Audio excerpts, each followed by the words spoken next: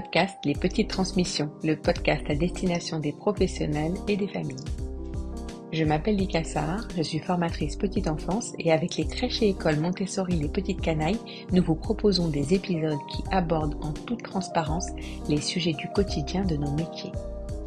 À l'aube de la Journée internationale des travailleurs, nous vous proposons une semaine de podcast spéciale sur le thème de la reconversion professionnelle dans le secteur de la petite enfance. Aujourd'hui, je reçois Virginie. De directrice de crèche à formatrice, elle nous parle de son choix, de ses maternités qui à 2 reprises ont marqué un tournant important dans sa carrière professionnelle. Elle nous partage ses challenges et les étapes qu'elle gravit pas à pas. Bonne écoute! Bonjour Virginie. Bonjour Lika. Merci beaucoup d'avoir accepté cette interview, cet épisode, cet échange qui va nous permettre de comprendre un peu plus les intentions et puis ton parcours dans cette reconversion professionnelle qui reste dans le domaine de la petite enfance. C'est un plaisir pour moi d'être là ici. Super. Comme première question, donc c'est ce que je demande à tous mes invités, pourquoi et comment tu as été appelée par l'univers de l'enfance ? Écoute, je pense que ça s'est produit pour moi lors de ma première grossesse. En fait, le fait de devenir maman, ça m'a ouvert un petit peu la curiosité sur le développement de l'enfant, un petit peu tout cet univers de la petite enfance. Ouais. Et je pense que c'est ce moment-là qui a été une vraie révélation pour moi et qui a transformé un petit peu ce côté de vécu personnel en une envie d'approfondir sur la dimension professionnelle. C'était quand ? Écoute, ma fille là a eu 9 ans, donc ça fait il y a 9 ans. Ok. Et quels ont été tes premiers pas dans le secteur de la petite enfance ? Écoute, j'ai commencé à travailler en crèche d'abord en tant qu'adjointe. Ouais. Et ensuite j'ai pris un poste en tant que directrice de crèche. Ouais. Donc c'est vraiment le début de ma carrière professionnelle, en tout cas, a commencé en crèche. Après, je dirais que quand même les premiers pas ont peut-être été pendant mes stages sur ma spécialisation d'infirmière puéricultrice. Oui. Et c'est ça qui m'a un petit peu aussi orientée spécifiquement vers la crèche plutôt que vers le milieu hospitalier. Oui, d'accord. Disons que là, tu as été attirée par le secteur de l'enfance avec ta spécialité, et puis après, tu as précisé, je dirais, des premiers pas dans le secteur de la structure d'accueil, en tout cas de la crèche. Ouais, Ok. c'est ça.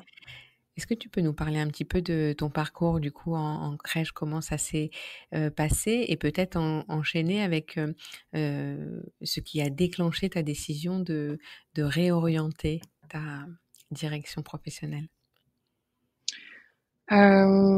Écoute, mon parcours en crèche, je dirais que j'ai découvert un peu les multiples casquettes qu'une directrice peut avoir en crèche.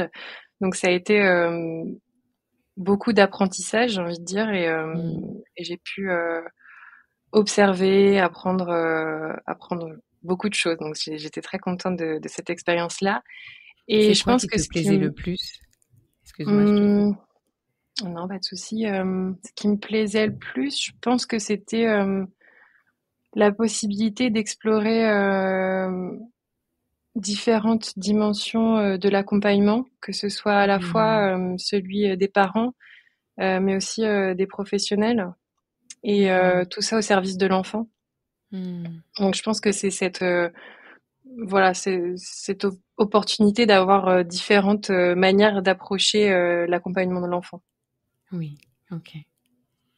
Super.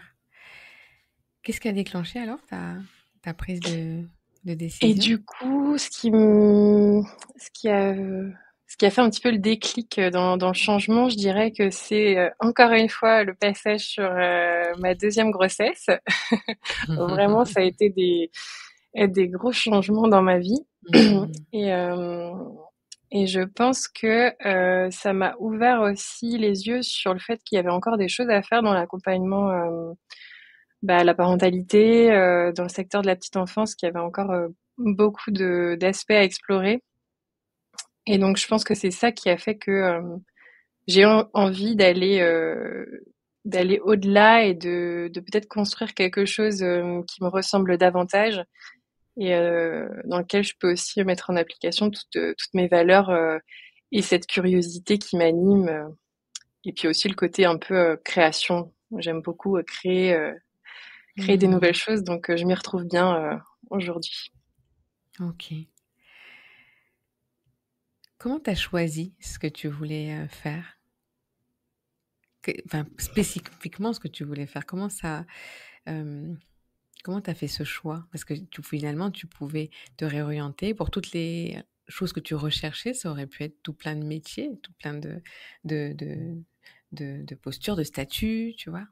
Mm, Est-ce que tu te Bah, c'est souviens une bonne qui a question déclenché parce ça? que ouais, ça a pas été facile de Mhm. choisir parce que je dirais que déjà mon parcours a fait que j'ai eu le sentiment de jamais avoir vraiment su c'est tel métier que je veux faire et je ferai ça toute ma vie, Mhm. tu vois.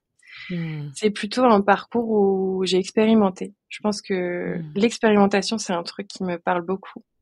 Mhm. Et, et ça s'est fait un petit peu progressivement à travers différentes expériences d'échanges aussi avec d'autres personnes. Euh, et je pense que c'est ça qui m'a guidée en tout cas vers le choix de l'entrepreneuriat en tout cas, parce que j'avais des Oui. entrepreneurs autour de moi et je trouvais que c'était intéressant en tout cas pour pouvoir choisir la direction vraiment que je voulais prendre. Mhm. Euh, finalement dans quelque chose où je veux pas faire quelque chose de précis, mais je veux que ça touche autour du thème de la petite enfance. Oui. Mais je veux me laisser la possibilité d'aller explorer un petit peu, de garder cette casquette d'explorateur et Mhm. puis d'aller vers ce qui me fait le plus vibrer aussi, tu vois. Bien sûr, je comprends. Ouais. Donc je réponds peut-être pas précisément à ta question, mais en tout cas, Si, si. je pense que c'est d'aller se connecter à ce qu'il y a au fond de moi aussi Mhm. pour me diriger vers ce qui m'anime vraiment et Oui. ce qui me passionne en fait. Oui. Beh, ce que je dis souvent, c'est que la reconversion professionnelle, c'est un choix qui te permet d'être au plus près de toi. Finalement, c'est prendre la direction hem, qui te permette, de te sentir dans le chemin avec Mmh. toi. Enfin, c'est très philosophique presque, tu vois? Mais c'est un petit peu, comme ça que je pourrais traduire ce que tu dis et ce que tu as ressenti à Ouais, ce moment-là. Mmh, ouais, c'est exactement ça. super. Quelles sont les qualités et les compétences de ta formation initiale, donc d'infirmière puéricultrice, que tu utilises aujourd'hui dans ce nouveau rôle et ce nouveau poste? Aujourd'hui, tu es formatrice et coach. Quelles ont été qu'est-ce que tu ressens d'utile dans les compétences acquises dans ta formation initiale d'infirmière puère? Je pense que l'écoute, c'est quelque chose qui est fondamental, dans ce que je fais aujourd'hui et qui a toujours été important. Hmm, Hem, L'observation aussi ouais. et puis, cette capacité finalement à s'adapter au changement et à l'autre. Je pense Hmm, que cette dimension aussi, d'être suffisamment, dans l'empathie, pour pouvoir apporter aussi, finalement quelque chose qui colle au plus juste aux besoins de la personne que j'ai en face. oui. Voilà, je pense que c'est déjà des fondamentaux que qu'on a eu sur notre formation à l'école d'infirmière et puis qui m'ont suivi après sur tout mon parcours et qui aujourd'hui, je trouve que c'est des choses qui me quittent pas finalement. Oui. Ouais. Super. Quelles ont été tes ressources, ce qui t'a permis finalement d'atteindre ton objectif et d'arriver à ce que cette reconversion se passe bien? En Comment termes tu de ouais. Ouais, en termes de ressources, je pense que c'est vraiment important de bien s'entourer. Mmh. Parce que c'est pas non plus un chemin qui est toujours facile et je Mmh. pense que quand on traverse des moments de doute, c'est bien d'avoir des personnes qui peuvent en tout cas nous montrer quelles sont les petites étapes à franchir pour pas voir ça comme une montagne infranchissable en fait. Oui. Et donc, je pense que déjà ta formation de formateur avec ton organisme Pas à Pas, ça a été quelque chose qui a été très utile pour moi parce que ça part de quelqu'un qui a de l'expérience et qui transmet aussi cette expérience-là sur laquelle du coup on peut s'appuyer. Donc je pense que ça c'est important. Et puis en termes de ressources aussi, c'est tout le réseau en fait, parce que finalement c'est pas toujours facile de partir de zéro.